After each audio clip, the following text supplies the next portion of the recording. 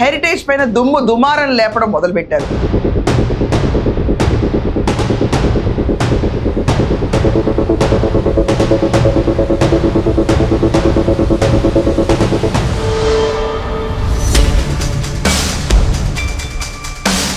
YCP వాళ్ళు అదే పని కూర్చుని హెరిటేజ్ నాణ్యత గురించి, వాళ్ళకున్న కెపాసిటీ ఏంటి, వాళ్ళకున్న ఇంటర్నేషనల్ బ్రాండింగ్ ఏంటి,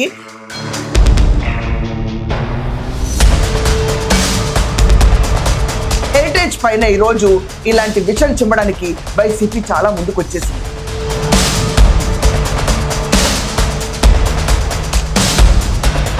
తిరుపతి కల్తీ లడ్డు జరిగింది ఏంటి జగన్? సో బొత్స సత్యనారాయణ కూర్చుని కల్తీ లడ్డు గురించి మాట్లాడే దమ్ము లేదు కానీ.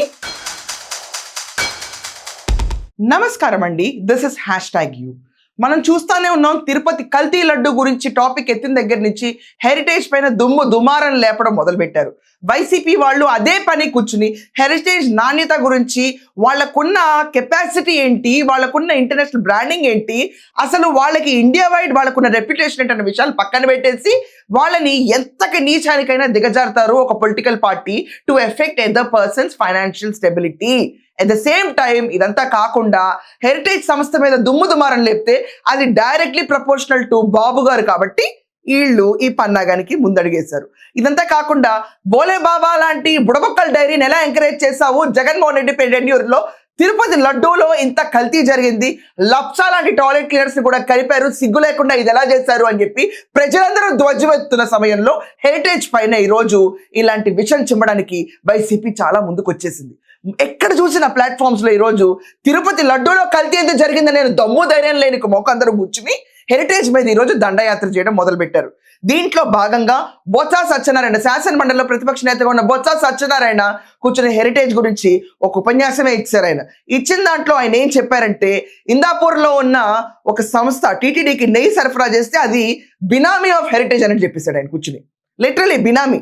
వాళ్ళ వెబ్సైట్లో నారా భువనేశ్వరి గారి పేరు, హెరిటేజ్ పేరు ఎందుకు పెట్టుకున్నారని వీళ్ళకే డౌట్ వచ్చి వాళ్ళ ఫోటో తీసేయాల్సింది. They were no way connected. అసలు ఎక్కడా కూడా వీళ్ళు ఎవరితోనూ పార్ట్నర్షిప్, సిండికేట్, అసోసియేషన్స్ లేవు అని క్లియర్గా హెరిటేజ్ వాళ్ళు మొత్తుకుంటున్నా వినకుండా హెరిటేజ్ సంస్థ పైన దుమ్మెత్తిపోయటమే పనిగా పెట్టుకుంది వైసీపీ.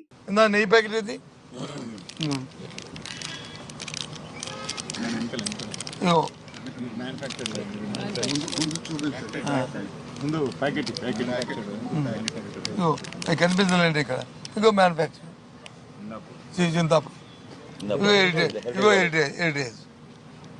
హెరిటేజ్ ఇంకా అన్ని చెప్తాం, అన్ని చూపెడతాం, అన్ని వ్యవస్థలు అన్ని చూపెడతాం. ఒకటి కాదు, రెండు కాదు. ఇదేంటి లిమిటెడ్.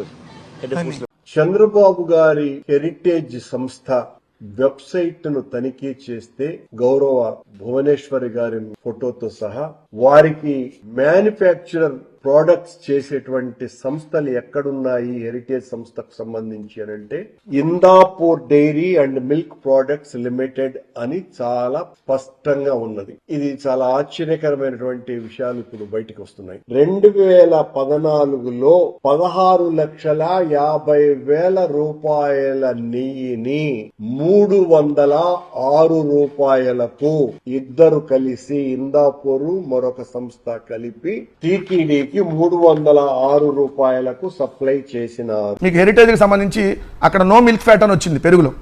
నో మిల్క్ ఫ్యాట్ అంటే మరి యానిమల్ ఫ్యాట్ ఉందా? ఏమైనా బాత్రూమ్ లో యాసిడ్ ఉందా? పిల్లలు తినేటటువంటి పెరుగును కూడా కల్తీ చేసినటువంటి నిజంగా పాపాత్ముడు కాకపోతే ఏందండి? కరుడు గట్టి నేరస్తుడు ఎవరంటే తెలుసా? ఇందా మీరు ఒక వీడియో చేశారు కదా, పసిపిల్లలు తినేటటువంటి పాలు, పెరుగు ఇట్లాంటి పదార్థాలని కల్తీ చేసేవాడిని కరుడు గట్టి నేరస్తుడు అంటారు. పైకేమో చేసేది ఇల్లు పాలాపారం, లోపల చేసేది పాపాల వ్యాపారం. కాకపోతే ఏంటిది? మీ దాన్ని అన్ని రాష్ట్రాల్లో బ్యాన్ చేస్తా ఉన్నారు. దాన్ని మీరు ఏదో దేవుడికి కూడా సప్లై చేస్తా మీరు కల్తీ వ్యాపారం చేస్తా అవతల మీద కట్ట దానికి వాళ్ళు మనం యాక్చువల్లీ ఇక్కడ మనం క్లియర్ గా అబ్జర్వ్ చేస్తే అనంతపూర్, రాయలసీమ అటు సైడ్ చీనీ తోటలు ఎవరిపైన కోపం వస్తే చీనీ తోటలు నరికేస్తారు. ఎకరంకి 5 నుంచి 7 లక్షలు నష్టం వచ్చేస్తూ ఉంటుంది. అది ఆర్థిక మాన్యాలపైన కొట్టడం. మనకు ఒకళ్ళు నచ్చలేదు అనుకోండి, చీనీ తోటలు కొట్టేయడం వెళ్ళి పని. ఇది రాయలసీమలో చూస్తూ ఉంటాం. అదే మైండ్ సెట్ ఈరోజు రాష్ట్రంలో తిరుపతి కల్తీ లడ్డు జరిగింది ఏంటి జగన్? నీ టెన్యూర్లో చుక్క నెయ్యి కూడా లేదంట. 2020 నుంచి 2024 దాకా ఇంత దరిద్రమైన స్థితికి టీటీడీ వ్యవస్థను ఎందుకు భ్రష్టు పరిచారు అని చెప్పి రాష్ట్రంలో జనాలందరూ గొల్లుమంటుంటే అర్జెంటుగా టాపిక్ డివియేట్ చేయడానికి మొదటి వాడిన అస్త్రం అంబటి రాంబాబు చంద్రబాబు నాయుడు గారిని బూతులు తిడితే టాపిక్ డివియేట్ అవుతుంది అనుకుని చేసిన మొదటి ప్రయత్నం ఫెయిల్ అయింది. దాని తర్వాత జోగి రమేష్తో మాట్లాడించారు, అది ఫెయిల్ అయింది. తర్వాత హెరిటేజ్ మీద పడ్డం మొదలుపెట్టారు. ఇది వీళ్ళ ప్లాన్, పర్ఫెక్ట్ ప్లానింగ్లో వెళ్తుంది. ఇదంతా కాకుండా ఈరోజు బొత్స సత్యనారాయణకి హెరిటేజ్ గ్రూప్ వాళ్ళు నోటీస్ జారీ చేశారు.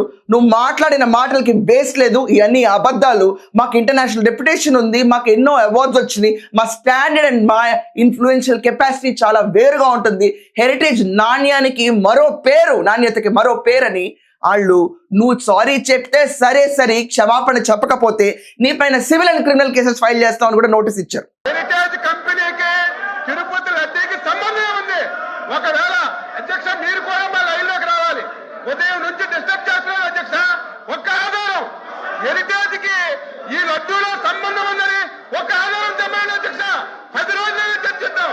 సంబంధం లేని ఇష్యూని ఏమాత్రం ఆధారం లేకుండా కావాలని చెప్పి ఒక రెప్యుటేషన్ ఉన్నటువంటి కంపెనీని ఈ శాసనసభలోకి తీసుకొచ్చి ఎంత రాద్ధాంతం చేస్తున్నారు అధ్యక్ష. వీళ్ళే మాట్లాడేది వీళ్ళ చరిత్ర ఏంటి అధ్యక్ష? వీళ్ళ చరిత్ర ఏంటి? చిన్న పిల్లల్ని అడిగినా సరే 7 కొండలవాడ వెంకటరమణమూర్తి గోవింద అంటారు. ఈయన గాని ఈయన తండ్రి గాని 2 కొండలు ఉన్నారు అధ్యక్ష. పవిత్రం చేస్తున్నారు. వీళ్ళే మాట్లాడేది. 5 సంవత్సరాలు రాముడితోలు నరికారు, రథాలు నరికారు, తిరుపతి పవిత్రను పిలిచారు. వీళ్ళు మళ్ళీ ఎక్కడికి వచ్చి మాట్లాడుతుంటే బాధ కలుగుతుంది అధ్యక్ష. సంబంధం ఉంది. మీరు అడగాలి అధ్యక్ష. మీరు కూడా ఒక ప్రతిపక్ష పార్టీ, ఒక రెప్యుటేషన్ కలిగినటువంటి సంస్థ మీద అలిగేషన్ చేసినప్పుడు ఆధారాలుంటే రమ్మని చెప్పండి. ఇదంతా కాకుండా రఘురామకృష్ణరాజు గారు కూడా సాక్షి పేపర్కి నోటీస్ ఇచ్చారు. ఆయన పైన ఇష్టం వచ్చినట్టు దుమారని రాతలు రాస్తా కూర్చుంది సాక్షి. ఒకవేళ మీరు క్షమాపణ చెప్పకపోతే ₹1,00,00,000 నష్టపరిహారం దావా వేస్తాను, అటు వచ్చిన డబ్బులన్నీ అమరావతి రైతులకు ఇచ్చేస్తానని నిషాంషేర్గా దావాలేట మొదలు పెట్టారు. ఆ పేపర్ కానీ ఆ వ్యవస్థకు కానీ అట్ ద సేమ్ టైం ఆ పార్టీకి కానీ ఎక్కడైనా విలువలు ఉన్నాయా? నేను ఓపెన్గా అడుగుతున్నాను. ఇదే ఎలక్షన్ల ముందు ఒకసారి గెలవటానికి ఏం రాయాలో అర్థం కాకుండా వివేకానంద రెడ్డి హత్య కేసుతో నారాసు రక్త చరిత్ర అని గొడ్డలు తీసుకెళ్లి చంద్రబాబు నాయుడు గారి చేతిలో పెట్టి తుచ్చమైన ఓట్ల గెలుపు కోసం ఒక మనిషి పైన రక్తపు మరకలు వేస్తారు. అది నిజమైందా? ఏ బేసిస్ మీద రాశారు వాళ్ళు ఆ రోజు న్యూస్? నారాసుర రక్త చరిత్ర. ఈరోజు టీటీడీకి 2014 నుంచి 2019 దాకా నెయ్యి సరఫరా చేసిన ఇందాపూర్ కంపెనీకి అది తక్కువ రేట్లో నెయ్యి సరఫరా చేసింది అది హెరిటేజ్ బినామీ అని మాటలు మాట్లాడుతున్నారు. ఆఖరికి ఎంత నీచానికి వెళ్ళిపోతున్నారంటే ఒక సంస్థ బాగా పనిచేస్తే అది ఆంధ్రప్రదేశ్ చెందిన ఒక సంస్థ అయితే మెచ్చుకోవాలి.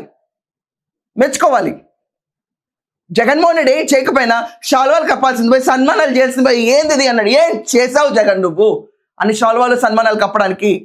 రాష్ట్రంలో ఈరోజు జనాలందరూ అడుగుతారు, కనీసం అటానమస్ స్ట్రక్చర్ టీటీడీ నువ్వేం డబ్బులు ఇవ్వక్కర్లా, భక్తుల నుంచి వచ్చిన డొనేషన్స్తోనే రన్ అవుతా ఉంటాయి ఆ సెంటర్స్ అన్ని. ఆ ట్రస్ట్లో కూర్చుని ఆటిలో కూడా కల్తీ లడ్డు చేసావంటే నిన్ను ఎందుకు సన్మానించాలి? ఇలా ఉంటాయి.